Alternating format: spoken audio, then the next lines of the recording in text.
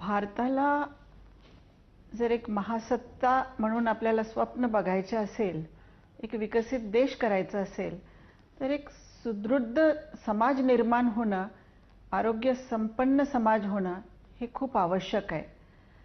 आजच्या युगात आपल्याला कुपोषण ही समस्या खूप मोठ्या प्रमाणात दिसते आणि कुपोषणाची समस्या जर हाताळायची असेल तर आपल्याला सर्वप्रथम पोषण याच्यावर लक्ष देणं हे गरजेचं आहे. आणि पोषण कसा असावा, मुलांनी कसं पोषण घ्यावं याच्यासाठी जागृती निर्माण होणं हे गरजेचं आहे.